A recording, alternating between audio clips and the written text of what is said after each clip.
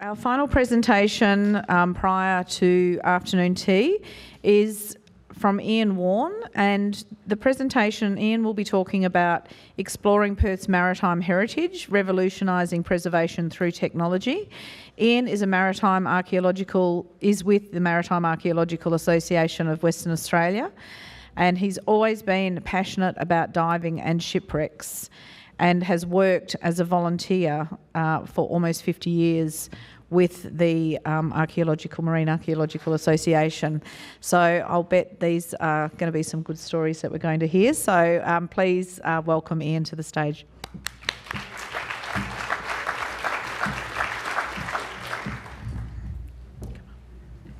Yeah.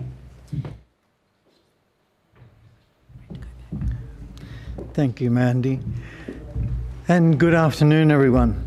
And thanks to Thomas. I thought that was a great presentation, and it echoes a lot of what I'm going to be presenting. I made a statement a few years ago that I wanted to get history out of boxes and direct to the public. And that's what we've been trying to do, and certainly what Thomas and Curtin are doing. Mandy mentioned I've always had a love of the ocean. Lifetime of diving. Now I'm happy to talk about ships and the people surrounding them. But I'm representing MARWA, which is the Maritime Archaeological Association, and we're celebrating 50 years of working with the Maritime Museum. I arrived in Perth and joined MARWA in a situation like this, one of the first Southern Hemisphere conferences. But it's now been a joy to work with the museum and with MARWA, and I'm proud to present a new project. Why the Swan? Well, the main road to Fremantle was just a dirt track, horses and buggies, horses and carts, 1 or 2 horsepower, the carrying capacity of about a whole newt.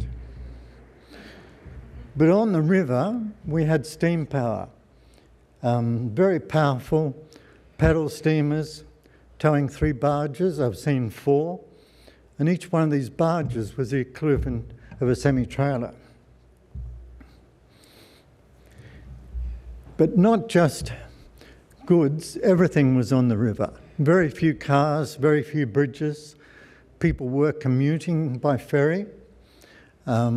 Firstly, ferries to Fremantle, Guildford, and then South Perth and others. Quite a lot of traffic on the ferries. Interesting, isn't it, that we're just thinking going back to it. But Sundays were the days where, again, no cars, people leisured on the river. River picnics were really popular. Here's one of the first ferries, the Lady Stirling, which was a popular ferry that lasted about 30 years, originally imported. And just note how well everyone's dressed on a Sunday picnic. But not just ferries, there was all kinds of boats, as there is now. So hundreds of people messing around in boats, whether it be power or oar. And again, just note the dress, and everyone's wearing a hat. But not just leisure, swimming was almost exclusively in the river. There was very little access to the ocean, poor roads, no cars. So every swimming lesson, every swimming carnival was on the river for a long, long time, and kept right going until I think the last one was Claremont Baths in the 50s. Originally the baths were also segregated, male and female, in the very early days. But as these ferries deteriorated, got old, they were just abandoned on the side of the river, like cars are now with their yellow stickers. This one's one of a pair that was brought out by the Melville estate and used to ferry people on the weekends across trying to sell real estate. But as they got older, and especially the barges, there was a lot of public outcry, and in the 1930s the government decreed that everything had to be towed out past Rottnest, which has become now known as the graveyard.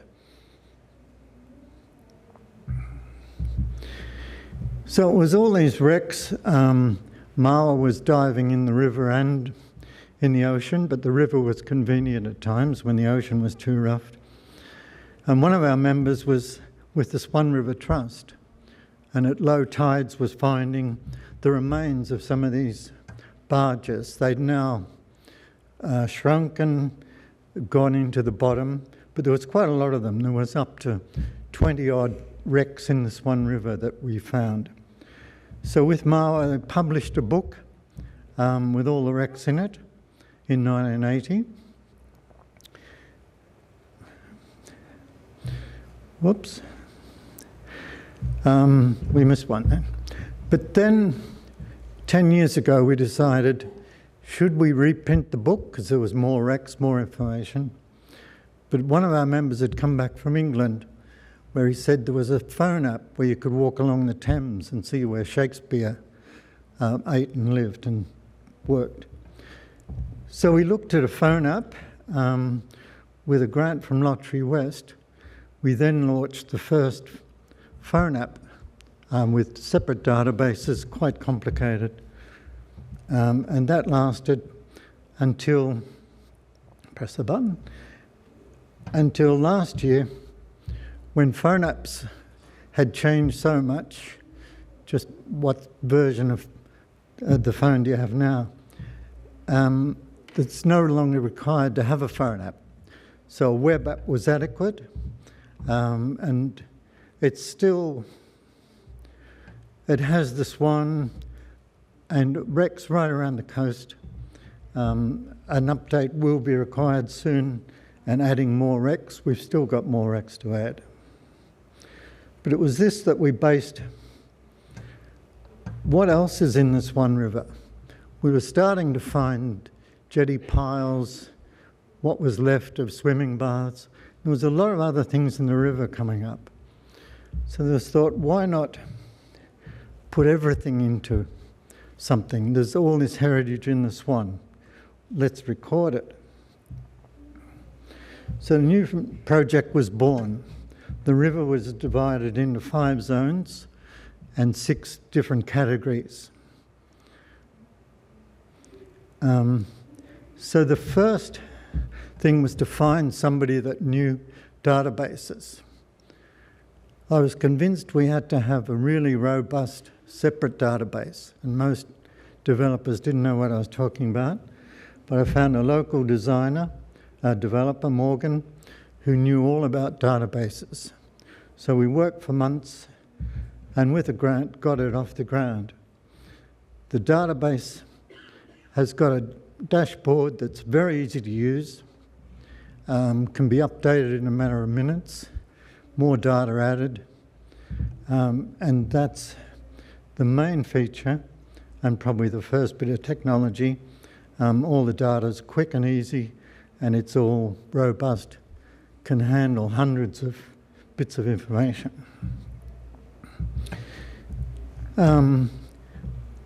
By areas, so it can be searched by area with the dots on the map, but probably more interestingly, it can be looked at by categories. So the 6 categories for special interest groups. I've added a lot of heritage buildings along the river, so some of the flour mills and the sugar mills and the hotels that were actually on the river are being added. And each has a colour pin, so you can search by category. Here's a typical entry, a head image, the information we might have, the historical information. Details are known and then added as we know more. And it's just one page, so we can handle the current or the latest sort of information plus historical information, about 10 photographs and one page. But what's the next thing was, I wanted to record everything as it is now. So I got involved with the Medshed photography group, retirees with a lot of toys and a lot of money.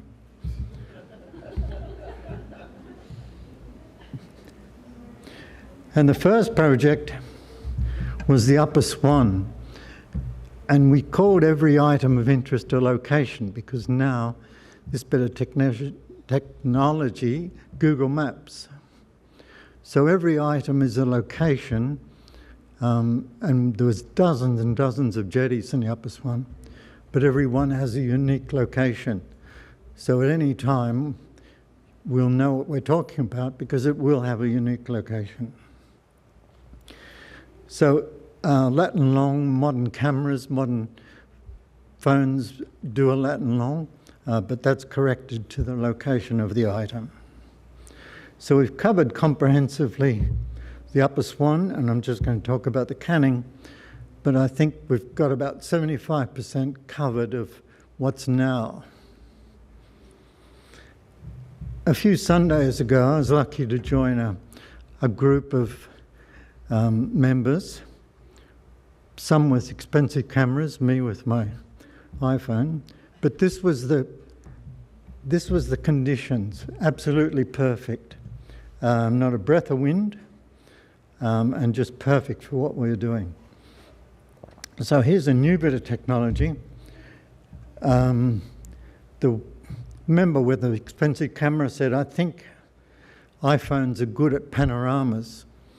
So with my trusty old iPhone, I took 3 photos of the Canning Bridge, brought it home, put it through Photoshop, and it stitched together, and this was the result.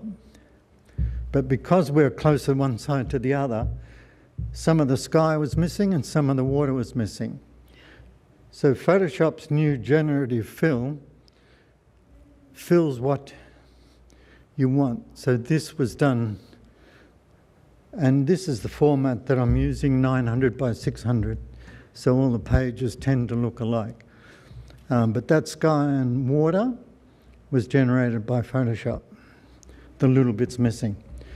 So I tend to get to format, and I don't mind adding a bit of sky or a bit of water, which is not changing any historical information. So at break time, we might talk about retouching old photos, because there's a lot of diversion of interest in that. The next bit of technologies are drones. So our members have got a few different drones. This was one that I asked to do around the South Perth.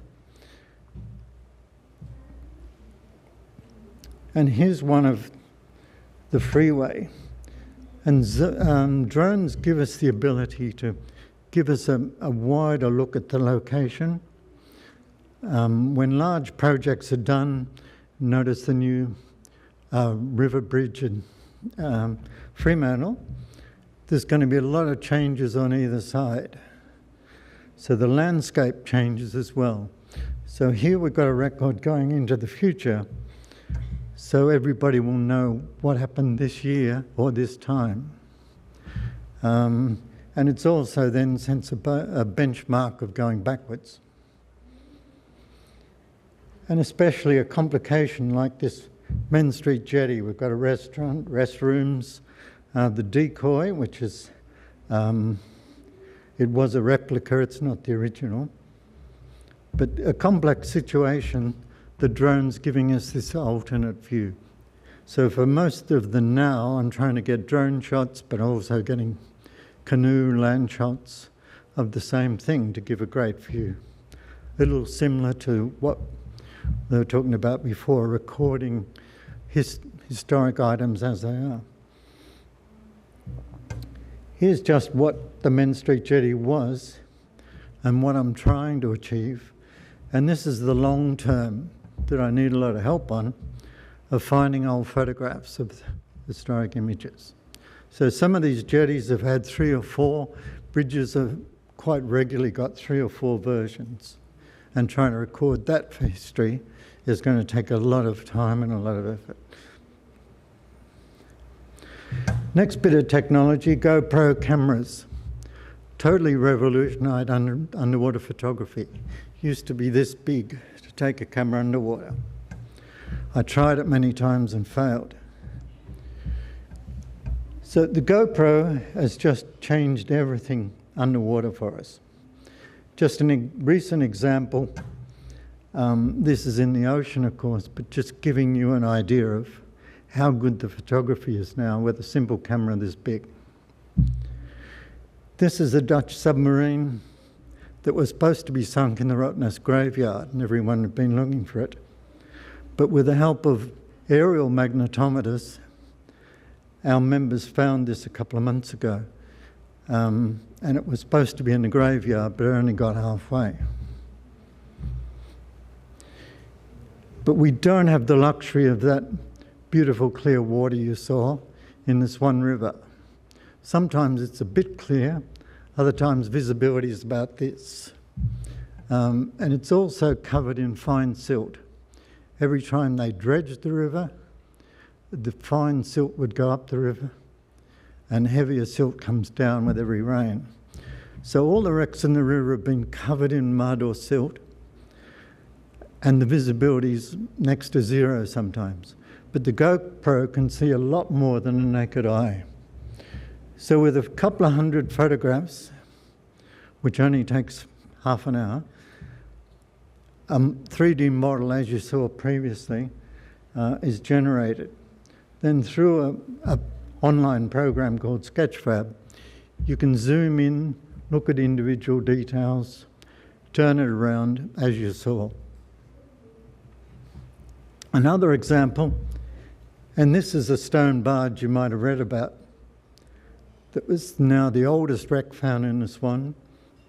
It was being towed full of limestone going to Perth. A big storm came up and it sunk, and there it remained till it was found a few months ago.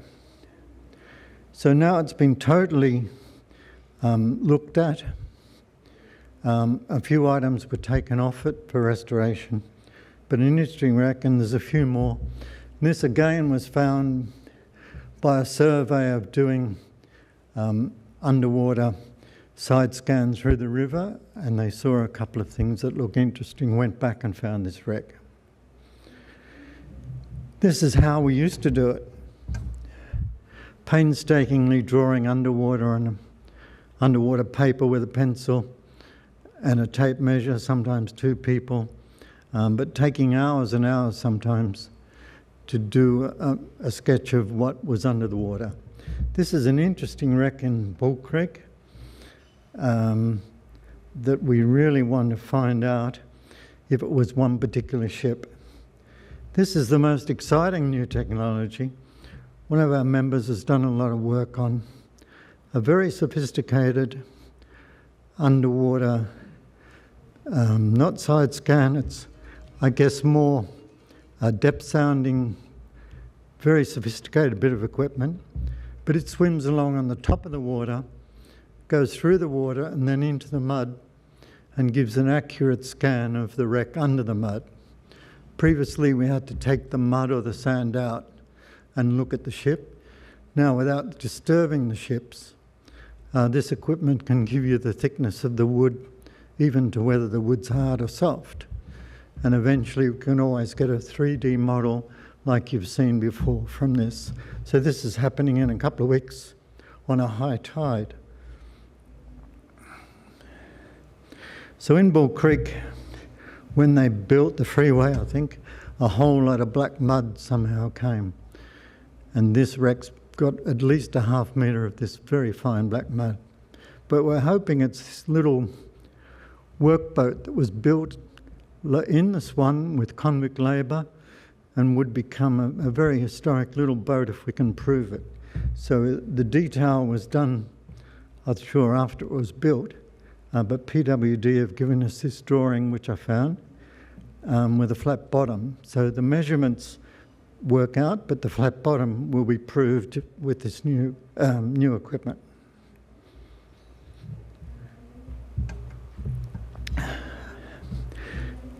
A real little Cinderella story.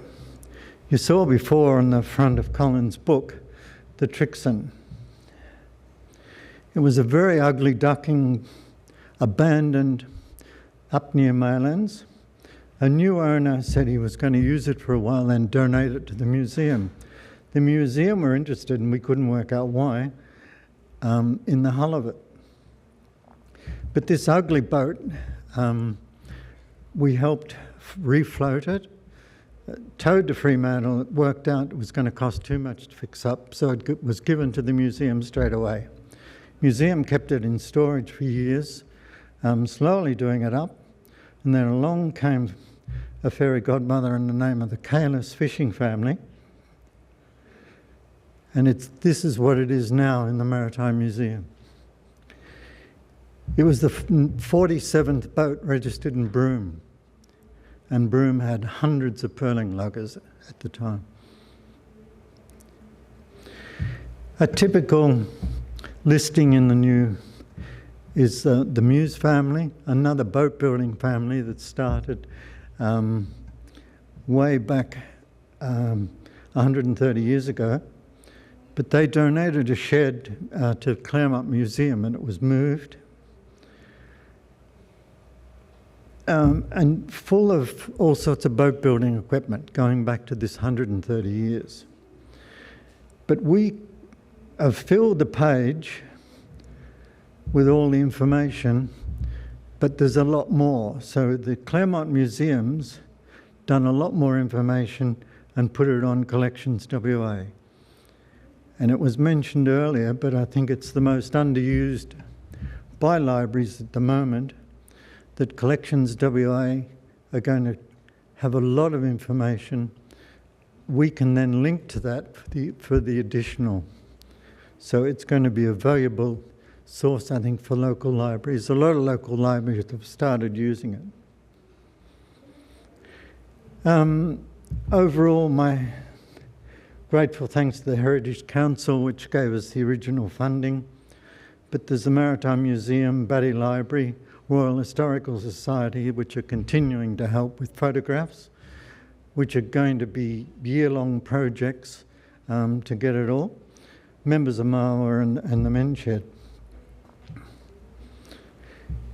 Here's a couple of wishes of mine. One is this great little 5-minute video that's up to YouTube, so we can link to it. But instead of just recording an old-timer's view, put it on video. So I'd love more local libraries to use this, because then it can become a real resource for others to then. It's just a fascinating little 5-minute video. My real wish is some virtual reality, like you saw before, but they admitted photography 3D isn't easy, but it's starting. But whether we get a uni student and we find some old plans, it might be possible. But wouldn't it be wonderful to have this back? Again, these were Perth bars, which is out from Barrack Street Jetty, and it didn't last that long. Apparently it was too shallow and very muddy, and it only had about a 15-year life, and then the baths got moved to Crawley, and with a tram going to Crawley, these were pulled down. So overall, please enjoy, share, and I'd love help with a lot more old photographs and history from everybody in the room. Thank you.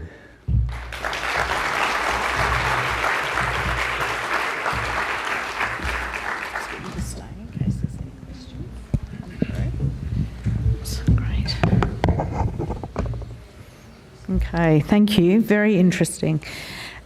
So just QR code or any hands up if you'd rather ask a question into the microphone. So just in terms of getting photographs or any information to you, Ian, those are the best details that you displayed previously? We do have a contact. Mm-hmm. So people can catch up with you in Yes, the break. on catch up with me, please.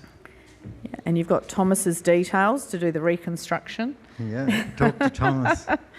Okay, and in terms of the updating of the information, how regularly do you update the information? Well, we're still putting new information in, and at the moment, the team doing that is one. Okay, so it might take a while if there's a lot of information. Also looking for volunteers. I think someone mentioned volunteering WA earlier, so that could be helpful. Okay, any questions from the audience?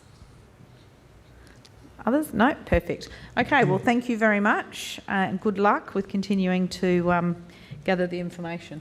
Thank you. Thank you.